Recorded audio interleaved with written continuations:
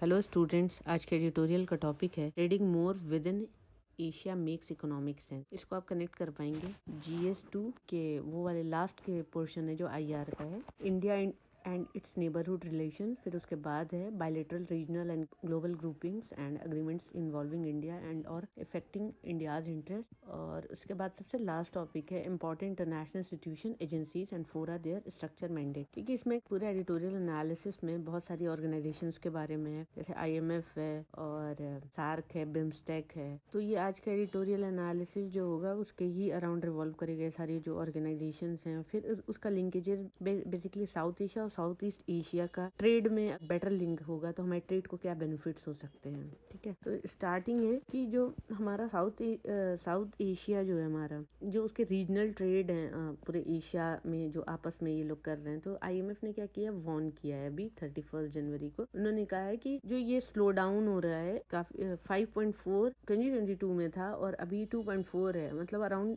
3% जो है वो डाउन हुआ है ट्रेड। ग्लोबल ट्रेड डाउन हो रहा है, तो इस कहीं ना कहीं IMF जो है वॉर्न कर रहा है कंट्रीज को, और एशिया में भी वॉर्न कर रहा है कि क्योंकि ट्रेड जब कम हो रहा है तो कहीं ना कहीं वर्ल्ड जो है स्ट्रेस, इकोनॉमिक स्ट्रेस जा रहा है, मतलब इन्फ्लेशन है या रिसेशन के साइड जा रहे हैं। तो उसके बाद ये फोरकास्ट किया कि ऑप्टिमिस्टिक होगा अगर हम जो जितनी, फिर भी ये 2.4% भी ऑप्टिमिस्टिक है, क्योंकि पॉली क्राइसिस है, एक क्राइसिस नहीं है जहां पर रशिया और यूक्रेन के जो एस्केलेशन हुआ, वॉर हुआ, और उसके साथ साथ क्या हो गया, सप्लाई चेन जो है वो, ग्लोबल सप्लाई चेन जो है वो डिसरप्ट हुई, खराब हुई, कोविड-19 आया वायरस। तो ये सारी चीजें कंबाइंड वे में अगर हम देखें तो हमारे काफी ऐसे चैलेंजेस आए हैं जो इकोनॉमी को डायरेक्टली इनडायरेक्टली इम्पैक्ट करते हैं। वहीं पे अभी जल्दी ही हाल में ही IMF बुक आई, South Asia's path to resilient growth. इसमें क्या है कि साउथ एशिया को कौन से ऐसे पाथ को अडॉप्ट करना चाहिए जिससे उसकी ग्रोथ मतलब कंटिन्यूअसली होती रहे। अगर साउथ एशिया अपने में ट्रेड करे, आपस में ये लोग ट्रेड करें, ईस्ट एशिया से करे, तो एक डायनेमिक होगा और एक स्ट्रॉन्ग बेस प्रोवाइड करेगा। अगर 1990 से देखा जाए तो साउथ एशिया और ईस्ट एशिया ट्रेड जो है वो काफी मतलब पहले से पेस किया है, काफी बड़ा है। ठीक है, और इससे क्या है, इंडिया का जो हमारा ट्रेड, हमने जो ट्रेड अपना किया साउथ एशिया से, साउथ ईस्ट एशिया से, तो हमने भी उसको रियलाइन किया। पहले हमारी जो पॉलिसी थी लुक ईस्ट, उसको हमने चेंज करके एक्ट ईस्ट पॉलिसीज किया। तो साउथ एशिया में अभी क्या करना है हमको, और फर्दर रिफॉर्म करना। और चाइना ने भी क्या किया है, अपनी ग्लोबल सप्लाई चेन एशिया में ज्यादा से ज्यादा इन्होंने भी सप्लाई करना स्टार्ट कर दिया है। तो इससे क्या होगा, इनको ट्रेड बेनिफिट्स होंगे। अगर टोटल मर्चेंडाइज ट्रेड देखा जाए जो south Asia and east Asia है, तो डॉलर टर्म में 10% जो है वो ग्रोथ हुई है बिटवीन 1919 एंड 2018। अराउंड 28 ईयर, रफली 30 ईयर्स में इतनी ग्रोथ हुई है। डॉलर अगर एब्सोल्यूट टर्म में देखें तो 332 बिलियन 2018 में, और अब हम रीच करने की जो हमें हमारी एक्सपेक्टेशन है अप्रॉक्स $500 बिलियन की। तो ये एक पॉजिटिव साइन है। अगर हम FTA देखें तो हमारी हैंडफुल ही इकोनॉमीज हैं जो फ्री ट्रेड अग्रीमेंट, जो FTA है, मतलब जहाँ पे हम एक दूसरे की कंट्री पे काफी लीनियंटली एक दूसरे से ट्रेड करते हैं इंटरनेशनल, तो वो होता है FTA। तो उससे इकोनॉमीज को काफी बेनिफिट्स होते हैं, क्योंकि हम ट्रेड बैरियर्स जो है वो कम कर देते हैं। तो साउथ एशिया और ईस्ट एशिया में राइज हो जाएगा, काफी अच्छा हो जाएगा, 30% हो जाएगा अगर हम फ्री ट्रेड को पे थोड़ा ध्यान दे दें। साउथ ईस्ट एशियन कंट्रीज तो 30% अगर हो जाएगा तो हमारा 2030 तक का एक हम वो प्रेडिक्ट कर रहे हैं। ठीक है, इसके साथ साथ रीजनल ट्रेड जो एशिया में हो रहा है वो भी रिकवर कर रहा है कोविड-19 पेंडेमिक के हिट करने के बाद। तो ये हमारे लिए एक पॉजिटिव साइन है। और अगर इस अपॉर्चुनिटी को हम साउथ एशिया का अगर पार्टिसिपेशन अच्छा इंक्रीज कर दें, तो हमारी जो ग्लोबल वैल्यू चेन है और सर्विस ट्रेड है उसमें भी एक अच्छी अपॉर्चुनिटी है ग्रोथ करने की। तो हम क्या स्टेप लेने चाहिए जिससे हमें साउथ एशिया और ईस्ट एशिया का हमारा जो ट्रेड है वो इम्प्रूव कैसे होगा। तो इसके लिए स्टेप जो मेजर्स हैं वो अब डिस्कस करेंगे। तो इसमें फर्स्ट इन्होंने एक वो दिया है अपना एक मेजर जिसको हमें फॉलो करें तो हमें बेनिफिट होगा। अगर जो रीजनल ट्रेड है हमारा, रीजनल ट्रेड अगर इंटीग्रेशन करते हैं अक्रॉस एशिया की कंट्री में, तो हमारे, और वो कैसे होगा, हमको हल्के हल्के करके बैरियर्स जो है गुड्स और सर्विसेज ट्रेड पर जो हम बैरियर लगाते हैं, जो पाबंदियां लगाते हैं, अगर उसको हम कम कर दें। हम टैक्सेस पे मतलब बैरियर कैसे लगाते हैं, इम्पोर्ट टैरिफ करते हैं, मतलब टैक्स लगाते हैं, नॉन टैरिफ कुछ मेजर्स लेते हैं, तो अगर वो हम कम कर दिए तो उससे काफी काफी हमें बेनिफिट होगा। ये हमने काफी इंक्रीज किया इम्पोर्ट टैरिफ और नॉन टैरिफ मेजर जब हमारा फाइनेंशियल क्राइसिस आया था, ग्लोबल फाइनेंशियल क्राइसिस 2008 का। लेमैन ब्रदर्स ने बैंकरप्ट अपने आप को शो करके जो पूरे वर्ल्ड उससे इम्पैक्ट था, तो उसने उस कंट्रीज ने जो बैरियर्स लगाए उसको कभी रिवर्स नहीं किया। तो वहां पे अगर उसको वो रिवर्स करने की जरूरत है। इसके अलावा साउथ एशिया में ट्रेड ओपनिंग की जरूरत है कि अपने जो टैक्स रिफॉर्म करें, ट्रेड टैक्स अकाउंट जो है गवर्नमेंट की क्या होती है, जो गवर्नमेंट की बेसिकली रेवेन्यूज होती हैं तो टैक्सेस से सबसे ज्यादा आती है, तो वहां पे भी टैक्स रिफॉर्म की भी जरूरत है। और अगर एडजस्टमेंट करना ही है फाइनेंसिंग में तो वो कुछ रेलोकेट कर लें फैक्टर ऑफ प्रोडक्शन, रीट्रेनिंग कर लें वर्कर्स की, और एसेंशियल है कि प्रमोट करें ग्रेन फ्रॉम ट्रेड और मिटिगेट करें किसी भी तरीके की जो इकोनॉमिक में इनकम इनइक्वालिटीज हैं। फिर सेकंड नंबर पे है कि अगर जो हमारे एसईजीज हैं तो स्पेशल इकोनॉमिक जोन्स हैं, अगर उसमें अगर स्पेशल इकोनॉमिक जोन में अगर उसके परफॉर्मेंस अच्छे होते हैं और या तो उसमें इन्वेस्टमेंट अगर सर्विसेज इंक्रीज होती है एसईजीज में, तो ये भी फैसिलिटेट करेगा हमारी इंडस्ट्रियल जो क्लस्टरिंग है और हमारे एक्सपोर्ट को। तो टोटल साउथ एशिया में अराउंड 600 एसईजीज हैं, और कोची में जैसे इंडिया है, कोची में ग्वादर पाकिस्तान में, मीरासाराई बांग्लादेश, हम्बनतोता श्रीलंका, तो इस तरह से हमारे अप्रॉक्स 600 एसईजीज हैं। तो एसईजीज से भी बेनिफिट हो सकता है, हम एक्सपोर्ट में ले सकते हैं, इंडस्ट्री को सपोर्ट कर सकते हैं इस तरह के।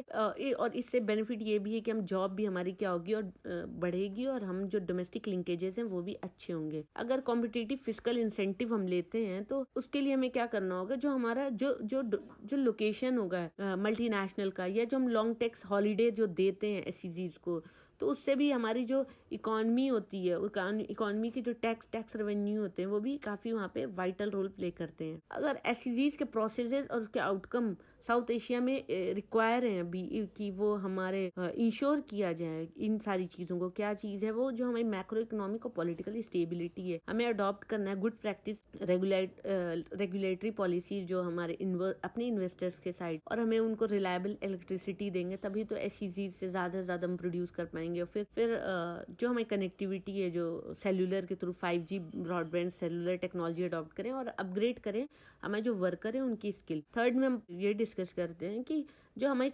कॉम्प्रिहेंसिव अगर हम एफटीएस करते हैं, मतलब कॉम्प्रिहेंसिव लेवल पर अगर हम फ्री ट्रेड अग्रीमेंट करते हैं, तो हम हल्के हल्के करके आरसीईपी के साइड चले जाएंगे, रीजनल कॉम्प्रिहेंसिव इकोनॉमिक पार्टनरशिप। जो हमारे आसपास के जो नेबर्स हैं उनके साथ जो हमें पार्टनरशिप करनी है ट्रेड में, उससे हमें ट्रेड ग्रोथ हो, हमारी इकोनॉमी को ज्यादा से ज्यादा बेनिफिट हो, तो हम उस साइड शिफ्ट होंगे।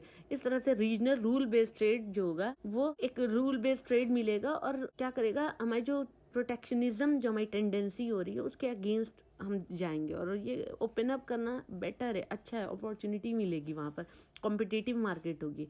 तो जहाँ लेट कमर जो होंगे, साउथ एशिया जो है एफटीए में काफी लेट कमर रहा है ईस्ट एशिया के कंपैरिजन में। ईस्ट एशिया ने क्या किया है, जापान इंडिया एफटीए है, या श्रीलंका सिंगापुर एफटीए है, पाकिस्तान इंडोनेशिया एफटीए, तो इन लोगों ने लेट में आएंगे फ्री ट्रेड अग्रीमेंट्स में। फिर आरसीईपी की मेंबरशिप, इंडिया ने जो आरसीईपी की जो मेंबरशिप है अभी ज्वाइन नहीं किया है, अभी भी ये कंक्लूड अग्रीमेंट नहीं हुआ है, लेकिन अभी एक वो उस डिस्कशन पे ही इंडिया ने उसको छोड़ के ही रखा है। अभी इंडिया में हाल में ही यूएई से और ऑस्ट्रेलिया से FTA free trade agreement India ने ज्वाइन कर लिया है, ठीक है। उसके बाद है हमारा, अगर हमने आरसीईपी अगर मेंबरशिप ले लिया और इससे हम प्रिपेयर कर पाएंगे अपने बेटर फ्यूचर को, और हम स्ट्रक्चरल रिफॉर्म अगर करते हैं, इससे हमारा बिजनेस की जो कॉम्पिटिटिवनेस है और सप्लाई चेन की वो ग्रोथ होगी, बढ़ेगी, और हमारी जो रेगुलेटरी कोहेरेंस है ईस्ट एशिया से वो भी बेटर होगा। अगर इंडिया ज्वाइन करता है आरसीईपी, तो अदर जो साउथ एशियन कंट्रीज हैं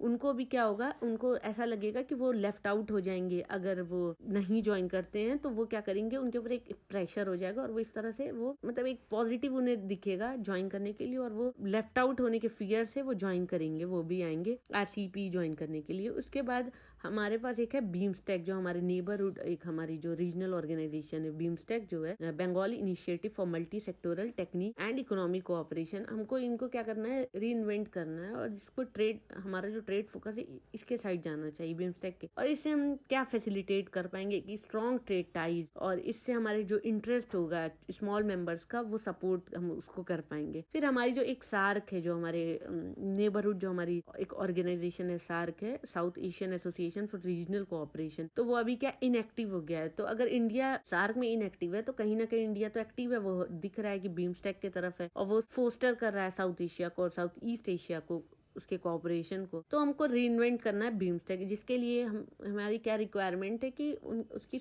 रिसोर्सिंग हम करें, जो सेक्रेटेरिएट उसको बेटर करें, कंक्लूड करें हम long running BIMSTEC FTA free trade agreement और बिल्ड करें बेटर ट्रेड कैपेसिटी जो स्मॉलर इकोनॉमीज में, और इंट्रोड्यूस करें हम dialogue partner status to encourage open regionalism in Asia. अगर ब्रॉड लेवल पे साउथ एशिया और ईस्ट एशिया का ट्रेड देखें तो वो डिजायरेबल है, हमारे लिए अच्छा है। और अगर इसके साथ साथ जो हम कॉम्प्लेक्स जो जियो पॉलिटिक्स है उन चीज़ों की वजह से ये कहीं ना कहीं लेफ्ट आउट भी रह सकता है कुछ वक्त के लिए। और अगर नैरोअर ज्योग्राफिकल कवरेज के हिसाब से देखें तो साउथ एशिया और साउथ ईस्ट एशिया एक बिल्डिंग ब्लॉक है इवेंचुअल ट्रेड इंटीग्रेशन के लिए पूरे एशिया में, अक्रॉस एशिया। इन सारे बैरियर के अगेंस्ट हम कैसे वर्क कर सकते हैं, पॉजिटिवली कैसे हम आगे बढ़ सकते हैं, जो नेगेटिव साइड है, रीजनलाइजेशन है, ये सारी चीजें हैं, तो हम उनके ऊपर कैसे काम कर सकते हैं। तो जो लार्जर इकोनॉमी है उनको क्या करना है, हेल्प करनी है जो स्मॉलर इकोनॉमीज है उनकी ट्रेड में, ठीक है। जहां पर ग्लोबल ट्रेड जो है तेजी से डिक्लाइन हो रहा है, तो अगर इंडिया या जो एशिया साउथ ईस्ट एशिया है अगर वो अपने आपस में ही एशिया में ही अगर वो ट्रेड